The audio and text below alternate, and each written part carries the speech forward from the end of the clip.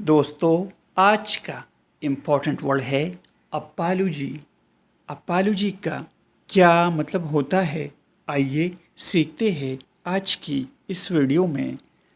Apology کا اردو مطلب ہے معافی، کسی غلطی یا تکلیف دینے پر افسوس کا اظہار۔ آئیے اس ورڈ کو سینٹنسز میں استعمال کرتے ہیں۔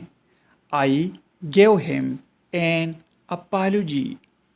اس کا مطلب ہے میں نے اسے معافی دی۔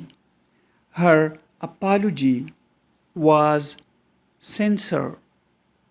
اس کا مطلب ہے اس کی معافی مخلص تھی۔ دوستو چینل کو سبسکرائب کریں اور ویڈیو کو لائک اور شیئر ضرور کریں۔ Thanks for watching.